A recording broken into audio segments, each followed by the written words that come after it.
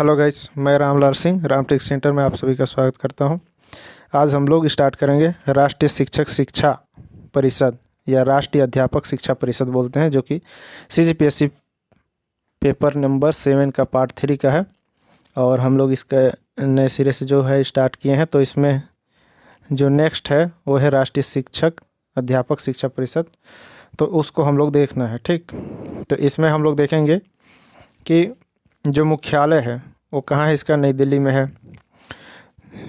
इसके बाद इसका देखेंगे 1973 में क्या हुआ था। तो राष्ट्रीय अध्यापक शिक्षा परिषद 1973 हुआ का मतलब इसमें आया था।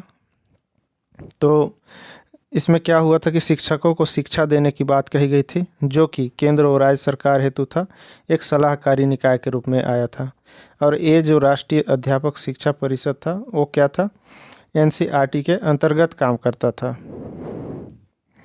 ठीक, तो इसमें क्या है कि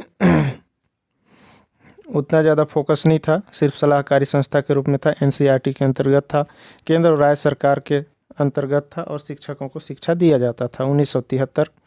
लेकिन बाद में इसमें क्या हुआ 1986 में कि राष्ट्रीय शिक्षा नीति 1986 जब आया और उसका जो कार्य योजना था उसमें अध्यापक शिक्षा प्रणाली का नियोजित और समन्वित विकास हेतु संवैधानिक दर्जा। तो इसमें याद रखिएगा कि जो अध्यापक शिक्षा था उसको क्या है, संवैधानिक दर्जा दिया गया और उसमें क्या है, विकास किया गया इस क्षेत्र में। इसके बाद क्या किया गया उसका कि 1993 में राष्ट्रीय अध्यापक शिक्षा अधिनियम लाए 1993। उसके तहत क्या हुआ कि 17 अगस्त 1995 को राष्ट्रीय अध्यापक शिक्षक परिषद की स्थापना कर दिया गया।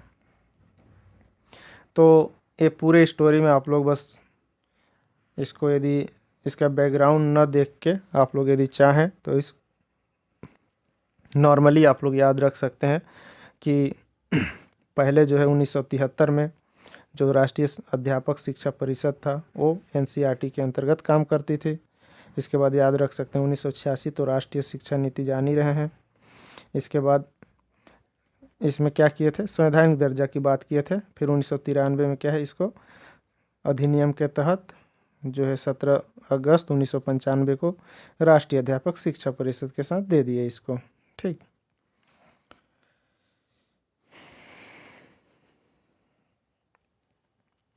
तो इसका भी क्या है 1995 ही है गठन मुख्य रूप से। और आप लोग जब अध्यापक को देखेंगे तो 1 2 3 4 5 करेंगे तो इसमें भी क्या है 5 ही आ रहा है। तो लास्ट में जो 95 है तो इसमें भी लगा सकते हैं ट्रिक याद रखने के लिए, इसका गठन के लिए। ठीक, फिर इसका उद्देश्य देखते हैं। तो इसका उद्देश्य में क्या है, तो यहाँ पर अध्यापक की शिक्षा की बात किया जा रहा है। तो अध्यापक के क्या करेंगे, अध्यापक शिक्षा को क्या है नियोजित और समन्वित विकास की बात कही जाएगा, इसका उद्देश्य था।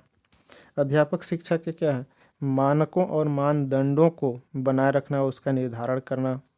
क्योंकि यदि अध्यापक को भी प्रशिक्षण न दिया जाए तो कहाँ से स्टूडेंट को अच्छे से वो तैयार करा पाएंगे या तो पढ़ा पाएंगे, या पढ़ाने की प्रणाली क्या है वो कैसे समझेंगे।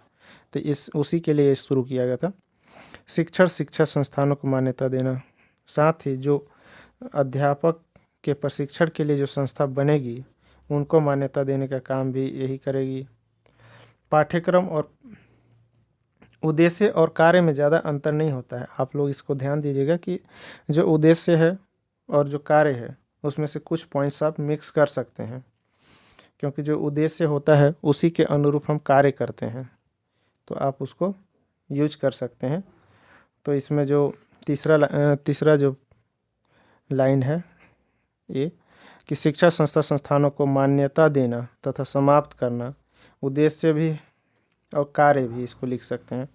जैसे पाठ्यक्रम और शिक्षण विधियों पर दिशा निर्देश देना, पाठ्यक्रम जो होगा शिक्षण अध्यापकों के शिक्षण के लिए तो उसके लिए, और जो शिक्षण की विधि है उसके लिए क्या है दिशा निर्देश भी देगी। अध्यापक शिक्षा के व्यवसायीकरण को रोकेंगे, ये अच्छा है। इसको उद्देश्य में भी लिख सकते हैं कि ये बात सही है, जो अध्यापक शिक्षा है उसको कहीं व्यवसायीकरण में न चेंज कर दिया जाए।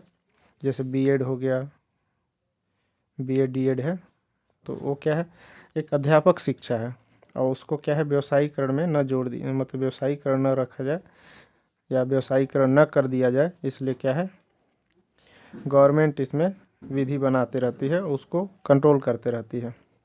अध्यापकों की नियुक्ति के लिए न्यूनतम शैक्षणिक योग्यता, उसके दिशा निर्देश देने का काम भी क्या करते हैं, इसी परिषद का होता है।